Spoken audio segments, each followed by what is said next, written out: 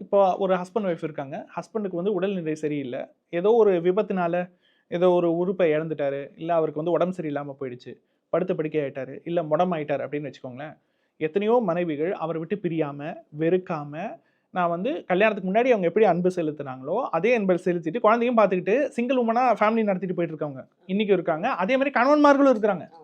மனைவிக்கு வந்து இந்த மாரி முடியாத ஒரு சூழல், ஆரோக்கிய பிரச்சனை, மைண்ட் சம்மந்தப்பட்ட பிரச்சனை வந்தும், நான் அவங்கள வந்து ஒரு பைத்தியக்காரத்தனமா லவ் பண்றேன். நான் அவங்கள விடமாட்டேன் அப்படின்னு சொல்லிட்டு கடைசி வரைக்கும் பிடிச்சிட்டு இருக்கிற கணவர்கள் இருக்கிறாங்கல்ல. அப்ப அதுக்கு பேர் என்ன? பாண்டிங்ன்னு சொல்லுவோம் இல்லையா? அந்த பாண்டிங்க பார்க்கறதுக்கு பேர் தான் பொருத்தம். இவங்களால அவங்க நல்லா இருப்பாங்களா? ம், ம். அவங்களால இவங்க நல்லா இருப்பாங்களான்னு பார்க்கறதுக்கு பேர் பொருத்தம் கிடையாது. யார் நல்லா இருந்தாலும், நல்லா இல்லன்னாலும், பிரளயமே வந்தாலும், உன் கைய நானும், என் கைய நீயும் விடக்கூடாது. உயிர் உள்ள ம், வரை. ம், ம். அப்படின்னு ஒரு நிலைப்பாடு இருக்கு இல்லையா? அந்த மாரி பாண்டிங் ஒரு கணவன் மனைவிக்கு இருந்துச்சுன்னா, அதுதான் 100க்கு 200 100 இல்ல 100க்கு 200% பொருத்தம். ஓகே. அத அஷ்யூர் பண்றது தான் ஒரு ஜோதிடருடைய வேல.